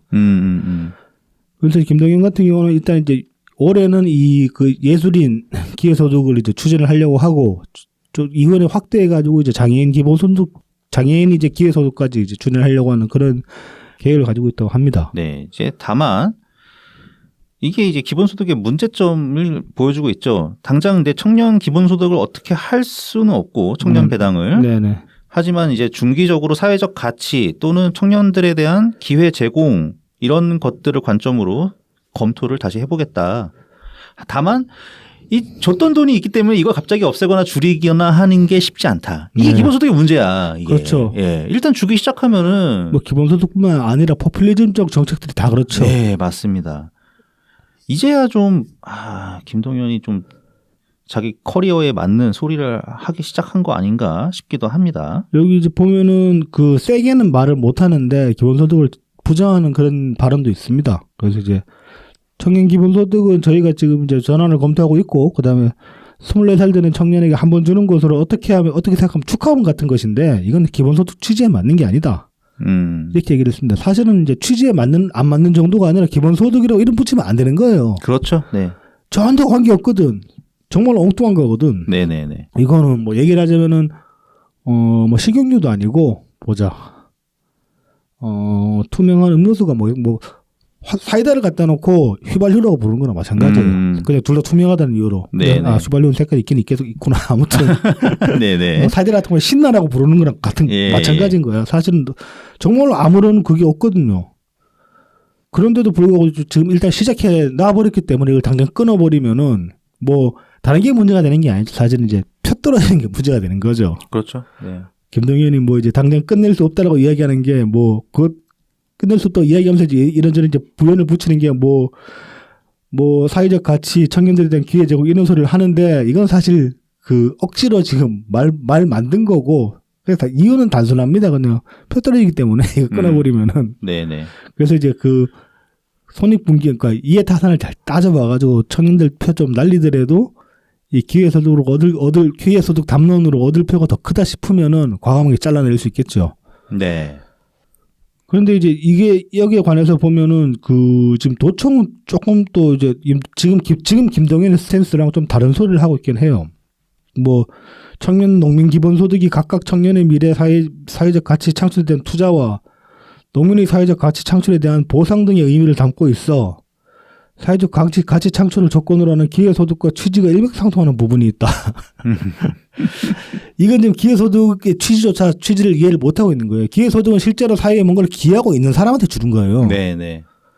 근데 청년 농민 기본소득은 그런 게 아니잖아. 지금 여기서 설명한 것도 가치 창출을 할 수 있을 것이라는 기대에 가까운 얘기를 하고 있거든요. 그래서 이거는 도청이 좀 김동연 좀 도지사 바뀌었는데 이러면은 좀 김동연 취지에 맞춰서 따라가줘야지 이게 이렇게 지체되고 있나 그런 느낌도 왔습니다. 네네. 이재명한테 워낙 심하게 세뇌를 당해가지고 아직 물이 안 빠져서 그런가? 그럴 수 있죠. 네. 그리고 뭔가 눈치를 아직도 네. 그 빨대가 꽂혀 있는지도 모르고. 어느 정도 남아있을 수 있죠. 네네. 자, 근데 아무튼 이제 김동연이 뭐 아주 세게 발언은 안 했지만은 이재명의 기본소득 담론을 정면으로 반박했다고 볼 수 있습니다. 이 상황은. 네, 맞습니다. 그러면은 이제 개딸들은 들고 일어나야죠. 우리 리자이밍 네. 지지자들. 그렇죠. 리자이밍 지지자들은 이제 김동연 멱살 잡고 머리채 잡고 이 수박 새끼야 그러고 이제 경기도청 들어가서 뒤집었고 해야지. 그러니까요. 그 개딸들은 분연히 들고 일어나 주시길 바랍니다. 배신자가 여기 있습니다. 수박이 여기 있습니다. 경기도청이 있습니다. 수박이요. 네, 그렇고요. 네. 자, 다음 소식으로 넘어가 보겠습니다. 이분이 얼마 전에 책을 썼어요. 네. 참 일단 우리가 그렇게 잠깐 좀 괜찮은 사람인가 했다가 지금은 대체로 아주 이제 평가가 나쁜. 그러니까 박해졌죠, 많이. 네. 네. 빡빡해진 조기석 교수님 이야기를 좀 하려고 합니다. 사실 이제 이번 주에 제일 다루고 싶었던 내용이 요건데 이분이 이제 책을 지난달에 나왔어요. 5월 23일을 출간을 했죠. 네, 민주당은 어떻게 무너지는가. 뭐 제목 괜찮고요. 네네. 네. 그래서 그거 관련해 가지고 인터뷰를 했는데 조선일보랑 인터뷰를 했다고 합니다. 네. 근데 인터뷰 내용이 참 묘해가지고 이게 뭐 거슬리는 게 참 많아가지고. 네, 일단 네. 제목은 이제 사면패하고도 언론 탓, 검찰 탓, 민주당 개딸거 저려내야 총선 이긴다. 이게 이제 이 인터뷰를 보면은 전반적으로 수긍할 만한 부분도 있고 받아들여야 될 부분도 꽤 있습니다. 그런 반면에 좀 이렇게 반박을 해보고 싶은 부분도 있고 그래서 이제 이걸 굳이 이 인터뷰를 가져와 봤는데 뭐 인터뷰 내용이 전부 다가 이제 지금 전부 다를 그대로 옮긴 건 아니고 보면은 뭐 자기 자랑도 있고 네네네네. 자기 설명도 있고 그다음에 뭐 조기숙 교수 이제 개인의 어떤 그 노무현 대통령에 대한 평가 같은 것도 있는데 그런 것도 사실은 따지고 들어가면 반박하고 싶은 게 많은데 그거는 그 사람의 생각이니까 굳이 반박할 필요는 없는 거죠. 당신은 그렇게 생각하나 보다 하고 넘어가면 되는 부분이지만 어떤 것들은 짚어봐야 되겠다 싶은 부분들만 좀 가져왔습니다. 네네. 자, 첫 번째를 보면은 네. 조기숙 교수가 이제 민주당 비판의 이유를 질문을 받았는데 여기에 대해서 이제 대답이 그냥 이 상태로 가면은 민주당이 총선에서 질 것이기 때문에 네. 예, 민주당 비판을 한다. 네. 그다음에 민주당 위기의 1차적 책임이 문재인 대통령님에게 있다고 말을 했다고 합니다. 네네. 그래서 그 이유는 뭐냐 하니까 민주당이 염치와 상식을 잃어버린 결정적 계기는 조국 사태였고 조국을 임명한 게 문재인 대통령님이기 때문이다. 네. 그래서 조국 사태가 없었으면 민주당의 20년 집권이 가능했을지도 모른다. 일단 이게 이런 것 때문에 분명히 이분이 뭐 정치학 전공을 하고 계속 그 업으로 삼고 있는 어떻게 보면 정치 전문가인데 이게 외부인의 시선으로서 이런 얘기를 보면은 좀 의심이 가. 어떤 의심이 갑니까? 정말 전문가가 맞나. 그러니까 예를 들어서 그럼 조국을 임명하지 않았다고 치자고요. 네네. 예. 그런데 대선 후보가 이재명이다. 그러면 그럼 과연 정권 재창출이 됐을까? 못했죠. 그럼 말해서 뭐해. 그리고 만약에 그래서 정권 재창출을 했다 칩시다. 이재명으로 정권 재창출을 했다 칩시다. 네네. 그러면 50년은 말아먹을걸? 그러니까요. 지금 윤석열 올려놔가지고 지금 다시 한 번 더 기회가 생긴 거지. 이재명이 정권 잡았으면 우리 끝이에요. 50년 민주당이 정권 못 잡는 게 문제가 아니라 나라가 지금보다 더 절단 났을지도 몰라. 그렇죠. 예. 그래서 참 이건 뭐 많이 좀 그렇다. 네. 이게 이제 억울로인지 아니면 진심인지. 그리고 이제 이 20년 집권론은 사실 그 이해찬이 했던 얘기인데. 이해찬이 뭐 30년 네. 뭐 이렇게 얘기했었죠. 근데 이 얘기를 조기숙 교수 그대로 하는 것도 보면은 이게 좀 싸하다고 해야 되나? 그런 느낌이 살짝 듭니다. 네네. 상당히 좀 그 진영주의적인 관점에서 우리 진영의 그 저력을 굉장히 높게 평가하고 있는 그러니까 높게 평가한 와중에 할 수 있는 소리거든요. 이건 사실은. 네. 자, 그다음에 이제 조국에 대해서 네. 조기숙 교수는 뭐 스스로 사퇴했다면 여기까지 오진 않았을 텐데 그래서 안타깝고 조용히 잊혀졌다가 모두가 궁금해할 때 명예 회복할 수 있을 거라고 생각을 한다. 하지만 조국은 계속 잊혀지지 못하고 계속 이제 어그로를 끌어 콘서트 하고 그렇죠. 막 SNS 계속 글도 올리고 이제는 출마를 하네 마네 그러고 있으니까 그러니까 조기숙 교수는 애초에 그 조국이 정치를 하면 안 된다라고 지금 정치를 해서 안 된다고 얘기를 했지만은 여기서 이제 말하는 명예회복이라는 게 언젠가 때가 되면은 그러니까 완전히 사람들한테 기억이 잊혀지게끔 그렇게 짱 박혀서 있는 없는 듯 지내다 보면은 어느 순간 사람들이 궁금해할 것이다. 조국 뭐 하고 있나? 그럴 때쯤에 슬쩍 나와가지고 자기 존재감 다시 드러내면서 그 어떤 뭐 정치적인 움직임을 그때쯤에 출마를 하면은 그걸로 그 출마 이후에 당선되고 해서 명예회복도 가능했을지도 모른다. 그렇게 이제 조기숙 교수는 나름대로 시나리오를 짠 거예요. 네. 갑자기 정치 컨설팅을 아닌가? 인생 컨설팅인가? 어쨌든 예, 조기숙 교수가 보기에는 조국 교수가 이제 교수 아니지. 조국이 총선에 나오면 민주당은 어려워질 거라고 생각한다고 합니다. 네. 뭐 이 식은 대체로 공감할 수 있죠, 충분히. 네, 네. 자, 그다음에 이제 지지자들 얘기를 하는데 이제 대깨문과 리자이밍 이게 이제 지지자 용어가 보면은 인터뷰를 보면은 조선일보 측에서는 대깨문이라고 계속 이야기를 해요. 네, 네. 악의적이죠. 그렇죠. 그런데 조기숙 교수가 답한 건 뭐 문파라는 워딩을 씁니다. 그래서 그 점에서 좀 그 온도 차이가 있다. 그 점에서 일단 이제 하나 알아주시면 좋고. 자, 이제 여기서 이제 좀 할 말이 많아질 것 같은데 네네. 어쨌든 이제 조기숙 교수는 2020년 총선에서 이제 경선 때겠죠. 그러니까 이제 총선 후보를 결정하는 그 경선에서 권리당원한테 50%의 지분 비율을 준 게 그것이 계기다. 이게 이제 무슨 계기냐면 조기숙 교수의 인식은 어떠냐면은 이제 문파를 편히 자의적으로 조기숙 교수 자의적으로 이제 구분을 냈어요.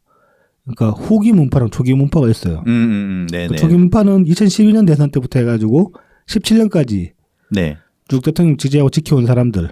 그다음에 이제 후기 문파는 정권 집권한 이후에 문파들이라고 그렇게 보고 있는데 사실 이제 뭐 실제로는 그중 상당수는 사실은 뭐 초기부터 후기까지 계속 쭉 같은 사람도 있는데 그 중간 과정에 이렇게 그 초기랑 후기 사이에 유입된 사람도 있다고 조교수는 그렇게 보고 있는 거예요. 근데 아무튼 그런데 이제 그렇게 얘기를 하는데 후기 문파랑 개딸을 거의 이제 동일시해서 그렇게 보고 있습니다. 교수 인식에서는. 그래서 이제 여기서 말하는 그 공천권을 준 것이 개의 개딸이 무슨 계기가 됐냐? 이제 후기 문파를 양성하는 계기, 혹은 이제 개딸들이 창궐하게 된 계기가 됐다. 이게 이제 2020년 총선에서 그 공천이 이제 그 당원 권당들 투표가 이제 50%로 작용하는 거 이제 그게 이제 계기가 됐다고 그렇게 이야기를 하고 있습니다. 그래서 이제 이게 그런 식으로 공천권에 직접적으로 권당들이 이제 실력을 행사할 수 있는 그런 기회를 만들어 주니까 의원들이 어쩔 수 없이 권당들 눈치를 볼 수밖에 없었다는 거야. 그래서 이제 그러다 보니까 소신 발언을 못 하게 되니까 당 내부적으로 이제 염치와 상식이 점점 사라지게 돼간다. 그냥 권당들 비임 맞추면 된다. 그런 식으로 흘러가게 된 거 아니냐. 그렇게 얘기하면서 이제 그 예로 든 게 이제 이거예요. 이제 금태섭의 경선 탈락. 네네. 근데 저는 요 얘기는 사실은 좀 받아들일 필요가 있다고 봅니다. 그러니까 이제 지금 와서 보면은 뭐 금태섭도 그렇고 뭐 금태섭이나 뭐 조홍천도 마찬가지예요, 사실은. 네. 조홍천. 아니면은 저희 김혜영 같은 케이스들. 김혜영은 잠깐만 본인이 불출마했나 떨어졌구나. 거기 이제 그 본선에서 떨어졌잖아. 예. 부산에서. 본선에서. 예. 예. 근데 이제 뭐 그런 케이스들 보면 우리가 많이 공격을 했잖아요. 네네. 근데 그런 식으로까지 공격하는 건 저는 옳지 않다고 지금 생각이 들어요. 이제 그다음에 보면은 우리도 약간 살생부가 있었죠. 살생부 있었죠. 막 얘는 꼭 떨어져야 된다. 네. 뭐 이렇게. 그러니까 이제 굳이 구분하자면 개딸이랑 문파들이랑 차이는 수위의 차이는 있어요. 네. 우리는 뭐 배터리 찔러 죽이나 그런 소리 안 하잖아. 네. 그냥 너 그러면 너 다음에 뭐 어떻게 길을 쓰고 낙선운동 할 거다 그런 식으로까지 얘기를 해도 그 이제 좀 더 뭐 그런 식의 그 폭력의 수위 정도는 차이가 있는데 그런 거 외에 그냥 막 그 빈도수나 예를 들어 좀 문자 폭탄 보내는 빈도수나 아니면 그 뭐 달려주는 횟수 같은 것만 따지면 네네. 그렇게 차이가 없었을 수도 있을 것 같아요. 근데 이제 그런 행태는 제가 보기에도 틀렸다. 일단 어떤 점에서 틀렸냐? 이 권력의 크기의 차이가 크잖아요, 사실. 뭐 금태섭이랑 대통령이랑 상대가 됩니까, 체급이? 네.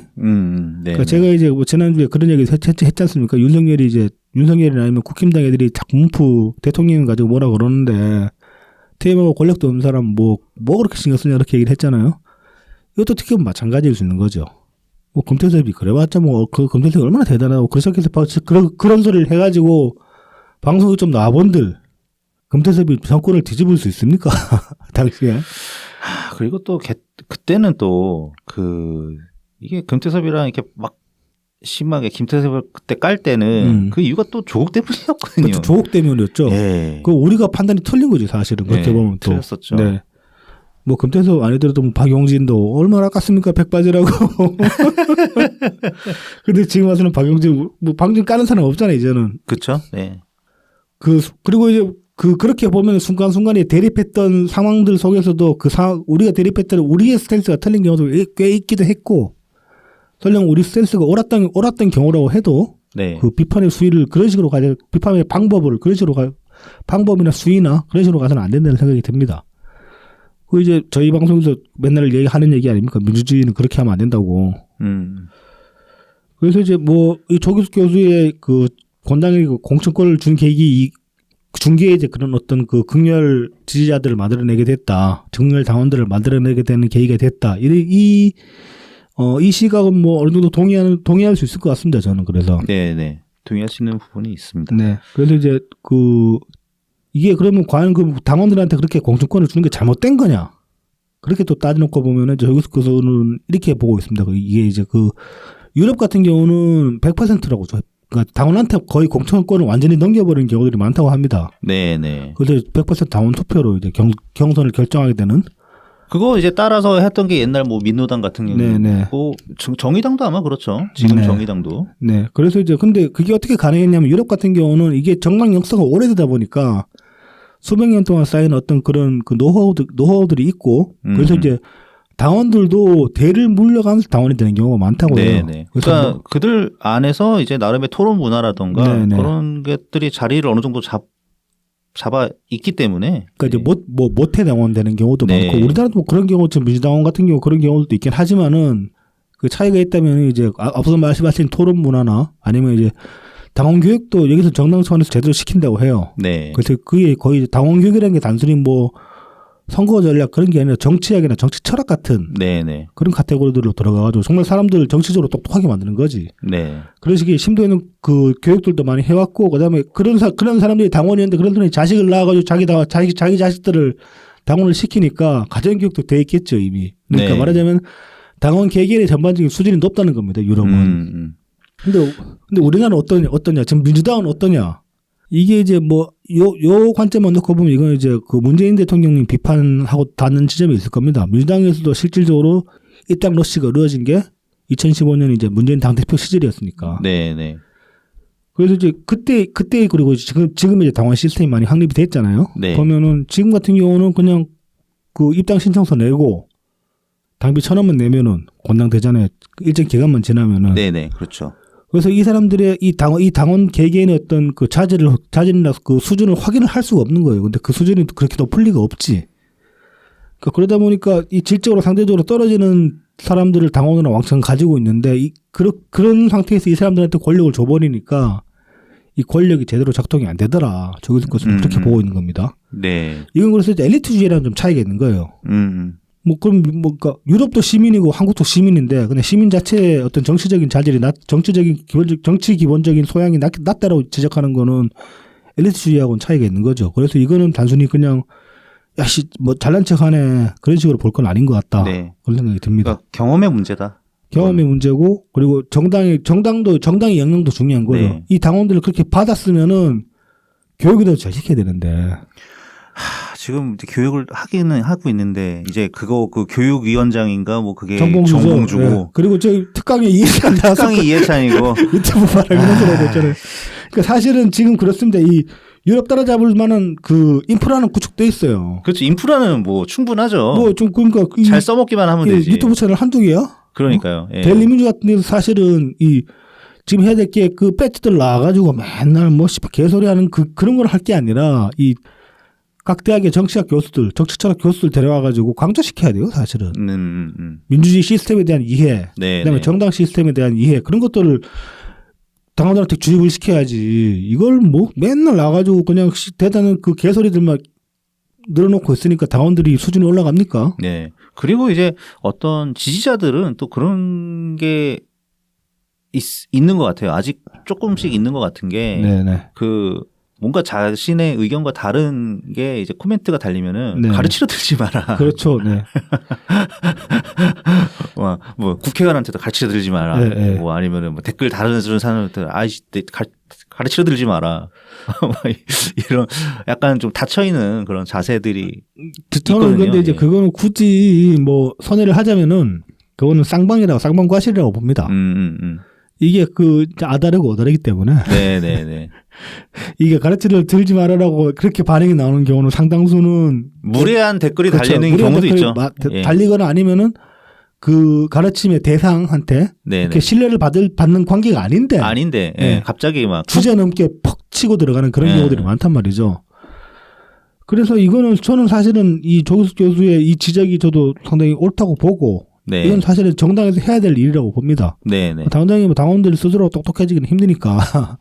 그러면 정당이 근데 일단 자기 당 우리 당으로 들어와가지고 당원 하겠다고 그러면은 인도를 해야 될 거 아닙니까? 네. 바른 길로. 그러려면 이제 이 잘 구축된 인프라를 이용해야죠. 근데 그런 걸 할 리가 없지 지금의 민주당은. 뭐 할 정신도 없고. 네. 그래서 이제 이 관련해서 이제 부연 설명하는 걸 보면은 그 조규석 교수 본인이 이제 경험을 못해가지고 약간 원한 섞인 그런 얘기를 합니다. 네네네. 하는 얘기가 이제 이렇습니다. 뭐 다수가 곧 정의인 한국 사회에서 당원들이 공천권까지 행사하게 되면서 정책 토론은 사라지고 SNS에서 세 사람이 찬성하면 진리가 되는 3인 성호가 돼버렸다. 문정부를 비판한 나를 수백 명이 몰려와서 비난하면 내가 다 나쁜 사람이 되듯 10만 20만이 서초동에 모여 조국을 지지하면 정의가 된다. 요 이제 10만 20만이 서초에 모여 조국을 지지하면 정의가 된다. 요 말씀은 뭐 좀 받아들일 수 있겠는데 이 앞 얘기가 좀 원한이 있는 것 같다. 근데 사실 이 원한도 이해는 됩니다. 그러니까 이것도 저는 제가 뭐 문파의 대변인도 아니고 그런 것도 아니지만 근데 제 개인적으로는 이 당시에 조규석 교수한테 심하게 어떤 적대감을 가졌던 걸 반성을 합니다. 그럴 필요까지는 없었는데 좀 꼴보기 싫은 면이 있다고 그래도 네네. 그냥 에이씨 그러고 넘어가 버리면 될 일인데 네. 제 양반이 뭐라고. 사실 뭐 그래서 지금 굳이 우리가 시간을 할애해서 이 조기석 교수님 인터뷰를 다루고 있는 거죠. 이제 뭐 이 정도 소화할 수는 있다. 그렇기도 하죠. 예. 근데 이제 뭐 이제 다시 이제 같은 얘기 반복이 되지만 이때 조기석 교수 다 올라온 거 이거 좀 치졸했다. 그럴 네. 필요까지는 없어. 근데 에이씨 그럼 뭐 조기석 교수 뭐라고 그냥 무시해 버려도 되는데 듣기 싫으면은 아니면은 그냥 다 올라오는 게 아니라 뭐 따져가면서 토론을 해볼 수는 있었겠죠. 네네. 근데 이 토론이라는 게 잘 되지가 않는 게 앞서 말씀드린 그 태도, 앞서 말씀하셨던 그 태도, 우리 가르치려 드냐. 예. 그 태도가 있기 때문에 쉽진 않았겠지만은. 네. 그래서 이제 이런 식의 어떤 그 3인 성어적, 그러니까 SNS라는 그 틀에 갇혀 있거나 아니면은 뭐 서초라는 공간에 갇혀 있는 상황에서 그 안에 있으면 정말 세상 전부가 그런 것 같거든요. 네. 하지만은 그러니까 그런 식의 인식이 있으니까 이 당내 다수의 공격적인 여론 형성이 이제 민심과 동일하다는 착각을 당내에서 이제 공유하게 만들어버리는 그런 효과가 생기는 거죠. 이제 그게 이제 당을 망가뜨리는 단초다. 그렇게 조기석 교수는 설명을 하고 있습니다. 네. 그러면서 이제 지난 대선에 대해서 이제 해설을 하는 거를 보면은 뭐 내가 정의인데 지지 안 해. 라는 운동권 마인드, 흑백 논리. 이게 이제 그 뭐 이직남. 그래서 이런 이직남으로 이제 20대 남자들을 적대화시켜버리니까 조기석 교수가 보기에는 윤석열 당선의 결정적 공신이 이 사람들이다라고 이야기를 합니다.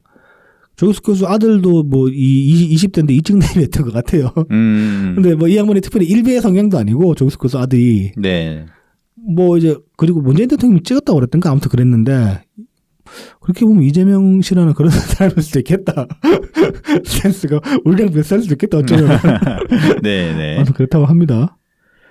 뭐 여기까지는 뭐 그렇게 이제 뭐 그렇게 뭐 태클 걸 건 없는 것 같아요. 아직까지는. 네, 뭐 소화가 됩니다. 네, 아직까지는. 됩니다.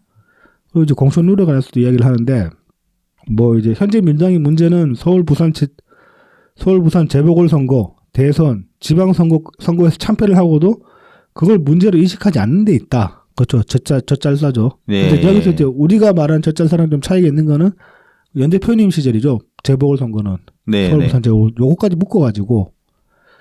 그렇죠. 서울 부산 재보궐선거도 사실 뭐 부산은 모르겠지만 서울시장 정도는 잡았어야 했는데 박영선이 참 뭐 코인 타령하고 막. 근데 이제 그런 거에 대해서는 아마 영향이 별로 없었을지도 몰라요. 네, 그런 네. 이제 코인이나 그런 것들은. 네. 그 대세상으로 이미 기울었는데 그거를 우리가 잘 몰랐던 거 아닌가. 착시했을 수도 있죠. 예. 네.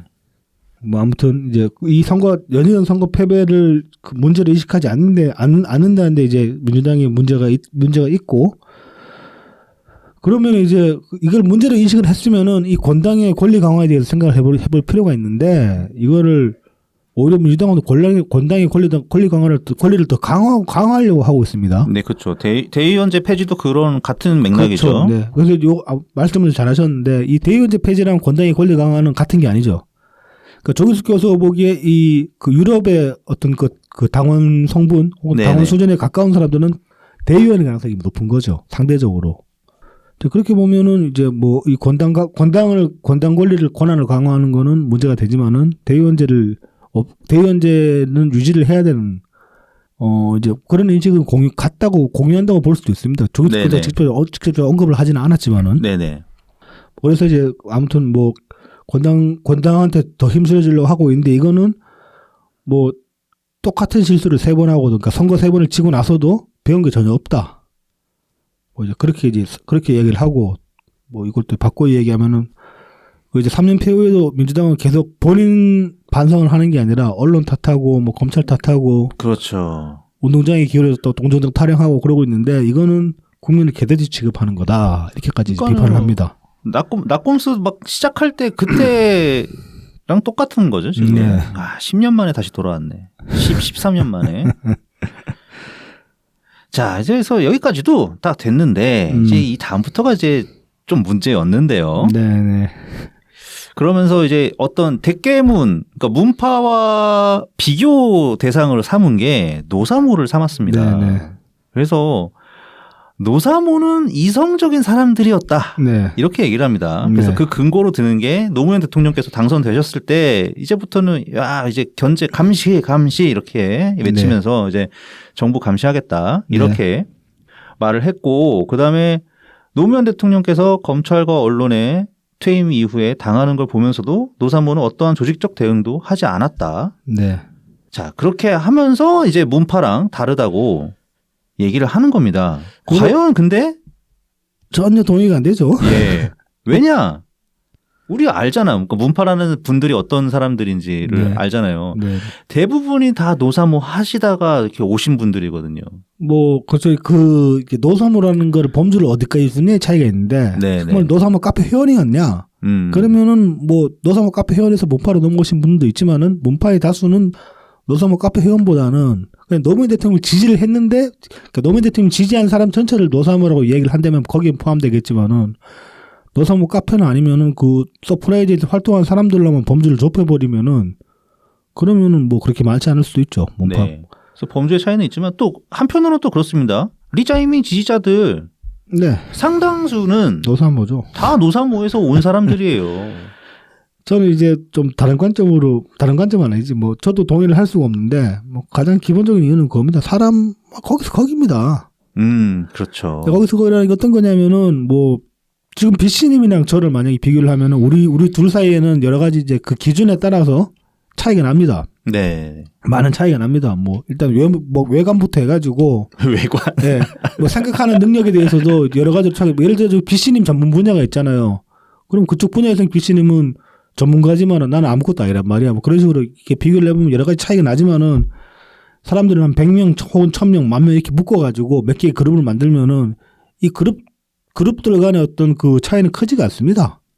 그걸 더 크게 묶으면 묶을수록 그렇게 되는 거죠. 그래서 이제 사람은 거기서 거기다라고 얘기를 할 수가 있고 그렇게 보면은 노사모가 뭐 이성적인 사람이었다고 그러는데 노사모가 이성적인 사람으로 보였으면은 사실은 그 당시에 노사모 네. 반대편에 있던 사람들, 뭐 이해창 지지 그룹도 마찬가지로 충분히 이성적인 사람들이 모여있는 그룹이었을 수 있어요. 네. 그리고 이제 뭐 문팔도 마찬가지인 거고, 심지어 이재명 지지자, 저 개딸 그룹들조차도 그 그룹 전체를 놓고 우리는 맨날 개딸하고 멱살 잡고 싸우잖아요. 네네. 일부입니다, 일부.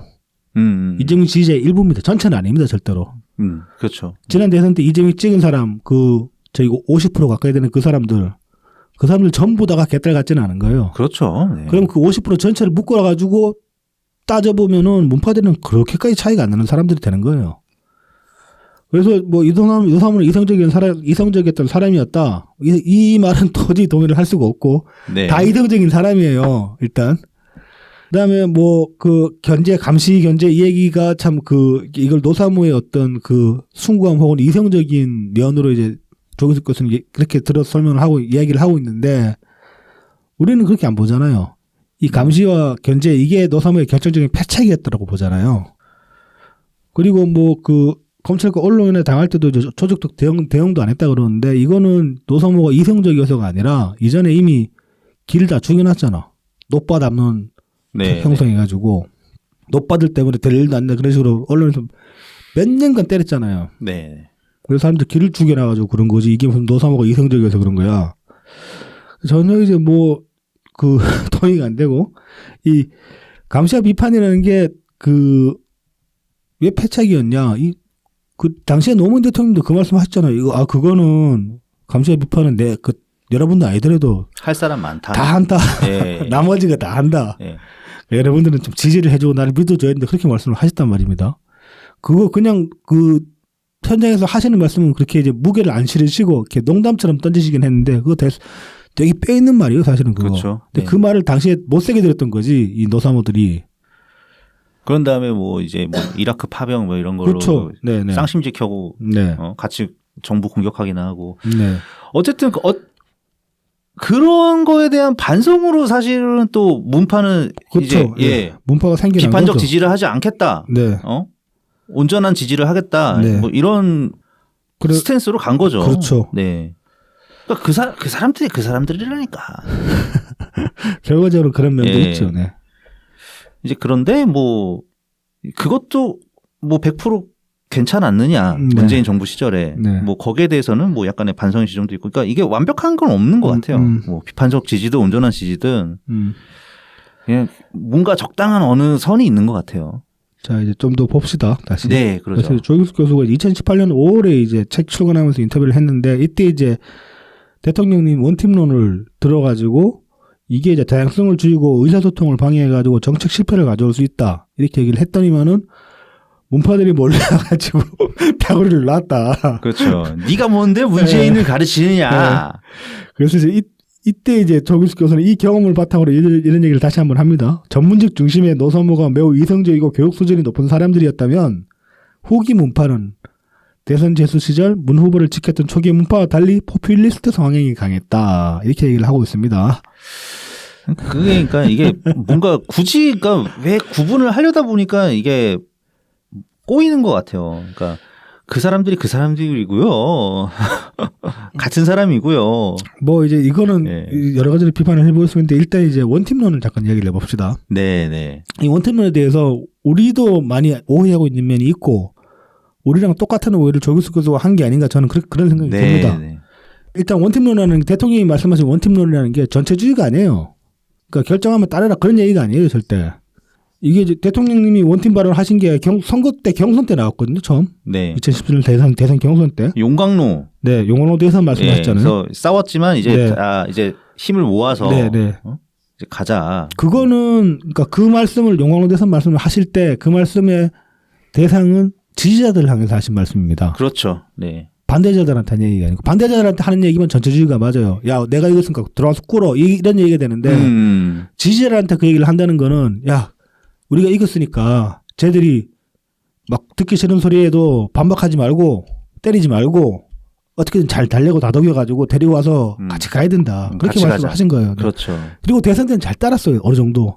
그 이재명 지지자들 저기 막 경선 끝까지 아주 난리도 났잖아. 막 나중에 막 저기 안철수 연호하고 막 그랬잖아. 네. 별 지랄을 다 했잖아. 이제 그때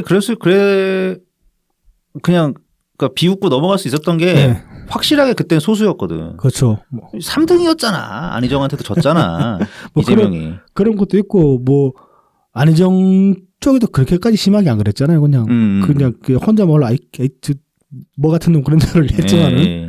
그러니까 이제 그 당시에는 그럴 수 있는데 그 당시에는 이제 이 대통령님이 말씀하신 이 원팀론에 부합되는 그러니까 원팀론은 말하자면은 다시 한번 말하자면은 그 패자들을 강압하지 말고 설득하고 보듬어가지고 같이 가자 그런 네. 내용이 되는 겁니다. 찍어 누르자는 네. 얘기가 아니라 이 취지의 말씀을 또 다른 식으로도 표현을 하셨어요. 그게 이제 지지는 배제가 아니라 확장이라는 말씀이에요. 예.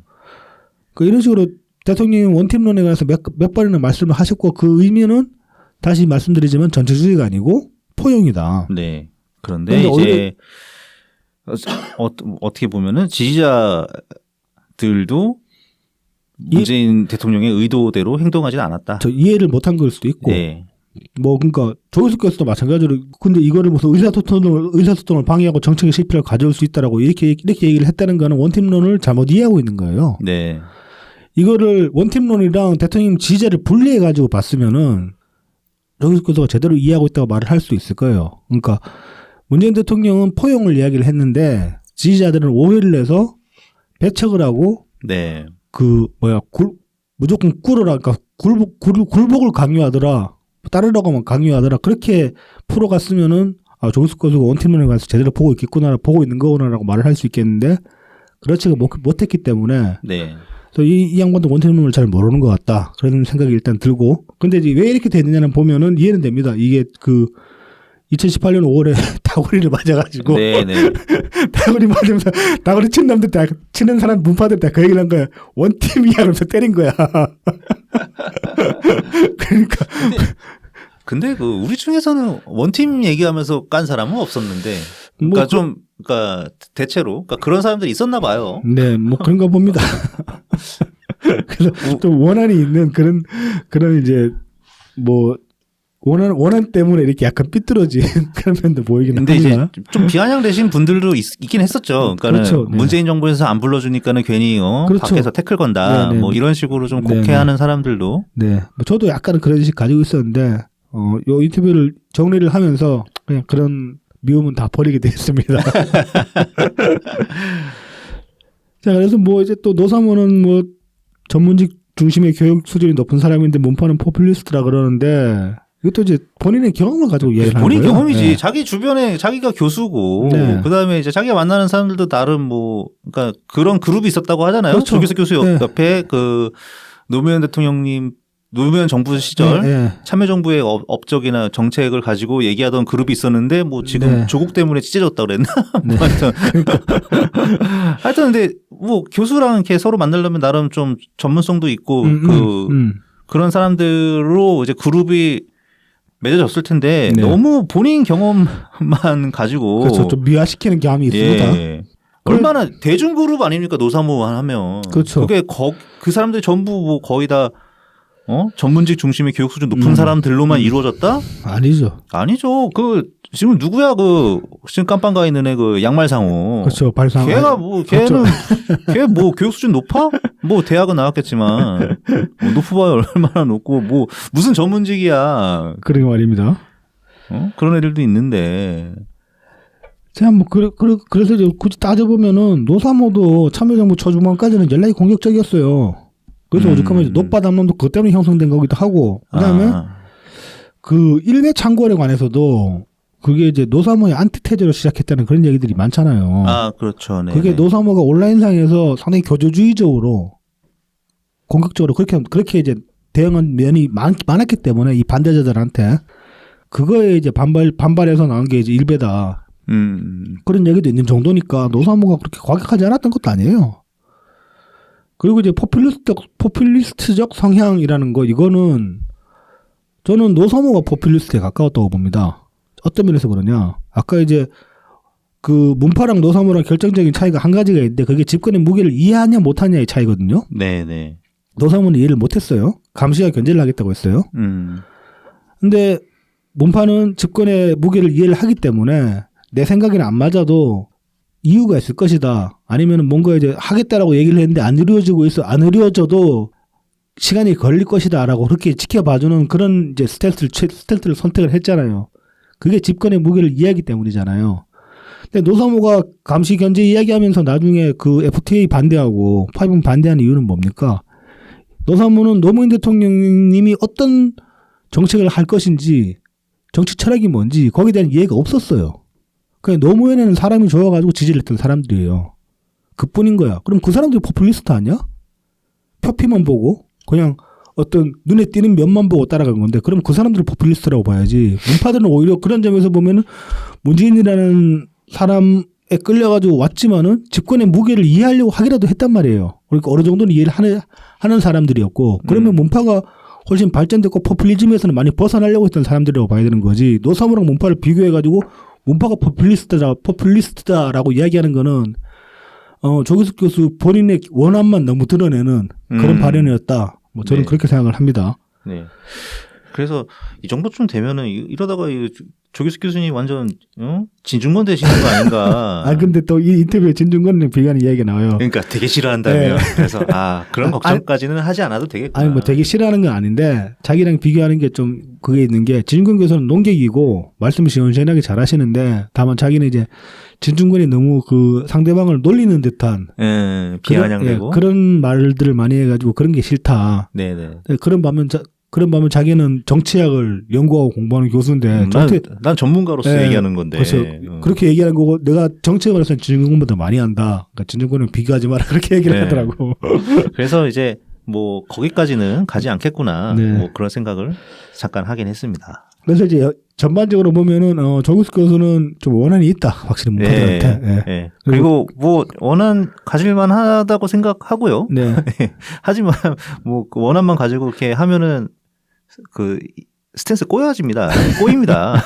스텝 꼬여요. 근데 이제 다만 이제 우리도 스스로 좀 돌아볼 필요는 있다. 네. 여러모로 봤을 때. 그리고 이제 많이 아직까지 부족하다. 뭐 그런 생각을 해보게 됩니다. 네, 그렇습니다. 그래서 조기석 교수님 인터뷰 한번 다뤄봤습니다. 네. 자, 다음은 이낙연 전 대표님 소식입니다. 네.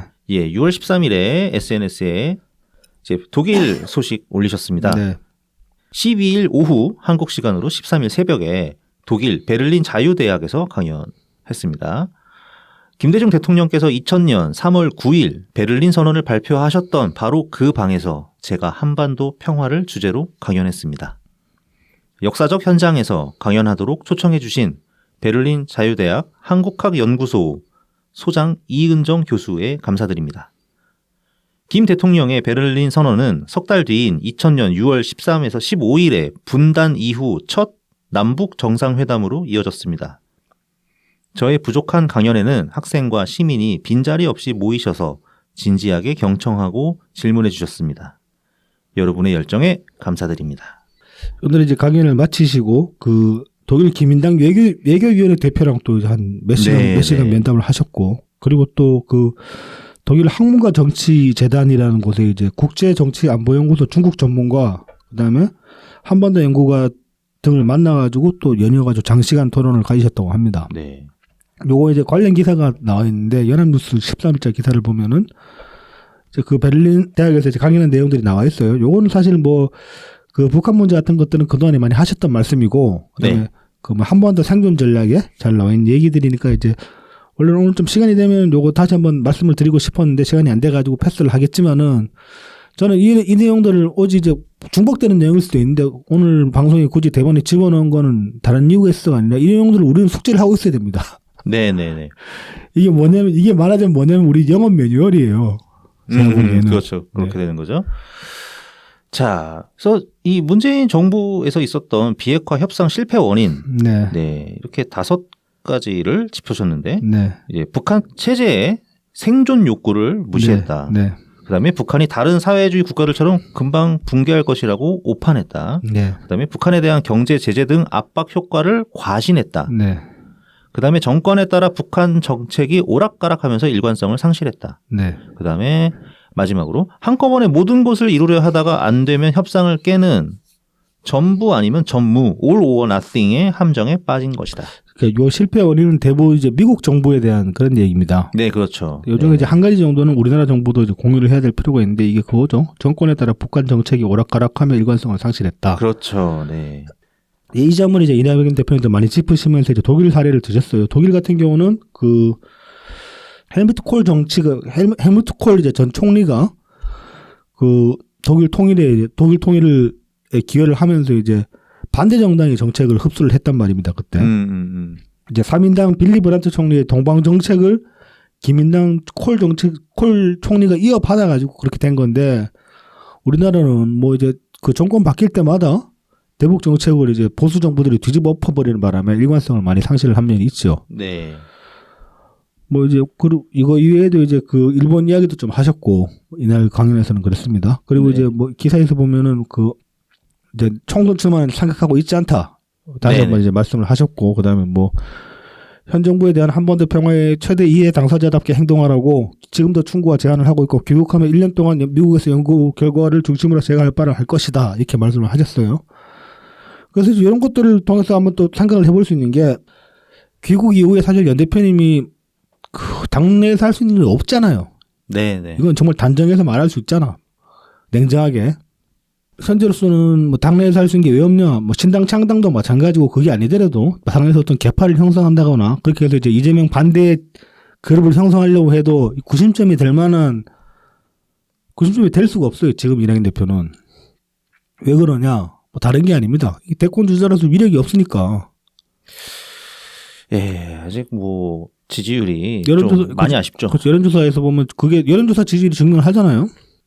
이낙연 대표는 이제 지난 대선 때 그 경선 때 출마를 하시면서 그 얘기를 하셨어요. 이게 내 인생의 마지막 출마라고. 그러니까 지금 정치 은퇴를 말씀을 하신 건 아닌데 뭐 그 의회장 그러니까 선출직으로서 정치는 말하자면 이미 은퇴를 선언하신 거나 마찬가지예요. 그걸 이제 다시 지금 사람들이 상기를 안 하고 있어가지고 그 인터뷰 자체가 이렇게 그냥 슥 지나가 버리는 그런 인터뷰가 돼가지고 다시 끄집어내고 있지 않을 뿐이지. 만약에 지금 이재명의 이제 리자이밍 지지자들이 네네. 그걸 끄집어내가지고 들이대면은 사실 할 말이 없긴 해요. 물론 이제 그 정치 은퇴 번복한 케이스가 있죠. 대표적인 게 김대중 대통령님이니까. 네네네. 번복할 수 있는데 적어도 이제 좀 모양새는 안 나오는 건 사실이죠. 그리고 이제 그러니까 그렇게 보면은 공식적으로는 선출직에서는 은퇴하신 게 맞는데 그래서 이제 뭐 지금 본인이 할 바를 다 하시겠다 하시는 거는 뭐 어떻게 받아들일 수 있느냐. 그 장외에서 이제 교육하고 나면 뭐 순회 강연도 하실 거라고 하잖아요. 그러니까 대중들과의 접점을 늘리면서 그걸 통해 그 안에서 이제 지금 하실 말씀이 딱 정해져 있잖아요. 이 말씀들을 통해 가지고서 국민적 공감대를 형성해 내면은 그 얘기를 듣고 이제 공감을 하는 사람들이 많아지면은 그런 담론이 형성될 수 있는 거야. 이낙연 대통령 만들어야 된다. 저 사람이 대통령이 돼야 된다. 그런 담론이 형성이 되고 그런 담론들이 커져가면은 뭐 이제 등 떠밀려 가지고 당신이 대통령 하시오라고 등 떠밀려 가지고 당으로 돌아오는 그런 모양새가 나올 수도 있을 거란 말입니다. 그러니까 여론이 등 떠밀고 여론이 떠받치는 그런 사람이 됐을 때 비로소 당으로 돌아올 수 있을 것이다. 그때 당으로 돌아오면 그때는 역할을 할 수가 있는 거죠. 대선 주자가 될 수도 있고, 네, 다시 한번 이낙연을 중심으로 당에서 사람들이 모일 수도 있고 그런 거죠. 그러니까 저도 그 동안에 이제 뭐 한동안은 원망도 해봤어요. 저 양반 그 미국 가서 8천석에 계시는데 우리는 여기서 이 고통을 받고 있는데. 대체 뭐 하시는 거냐 그런 생각도 해봤는데 정말 길게 보셨구나 그런 생각이 듭니다. 지금 와서 보면은.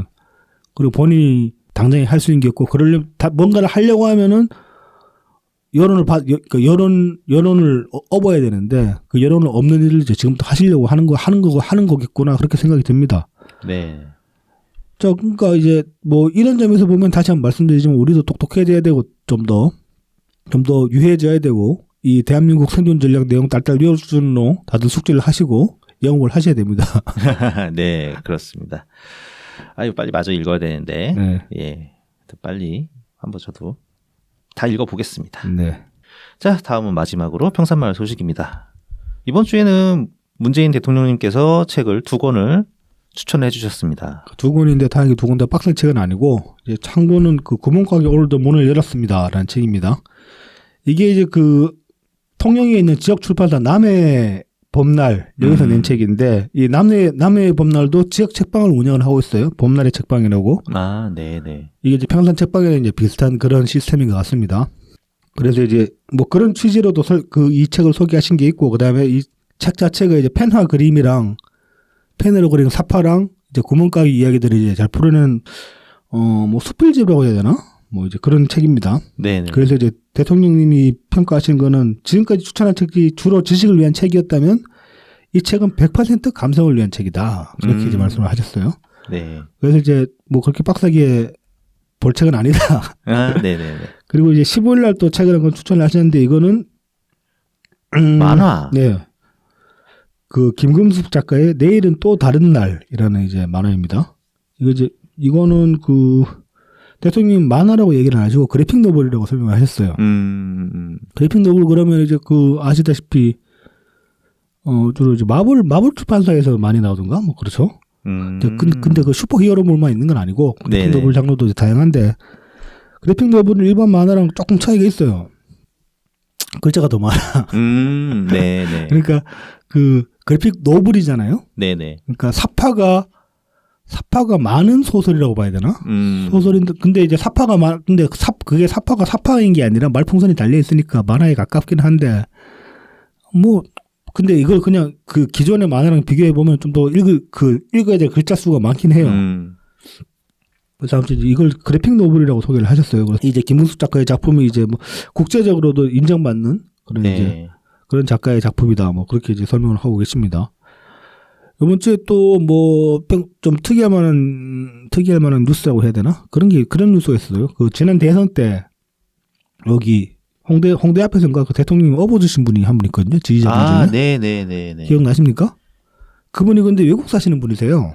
호주에서 사시는 분인데 얼마 전에 귀국하셔가지고 평산을 찾아가셨어요. 그래가지고 내가 이러이러한 사람인데 혹시 기억하시냐? 그러니까 기억을 하시더라고 대통령님. 그래가지고 다시 대통령 업고 사진도 찍으시고 그랬던데. 네, 그분. 다시 한번 그때를 재현해서 네. 사진으로 남기셨더라고요. 네.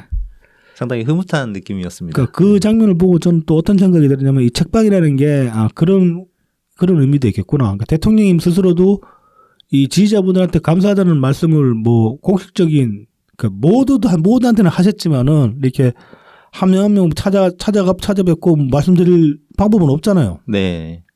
근데 그렇게라도 찾아와가지고 학수 한번 해주고 하는 게 대통령한테는 나름대로 감사를 표하는 지지해줘서 고마웠다. 그런 감사를 표하는 이제 그런 의미도 있겠구나 싶기도 하고 뭐 좀 더 상업적으로 생각해보면 팬 서비스다.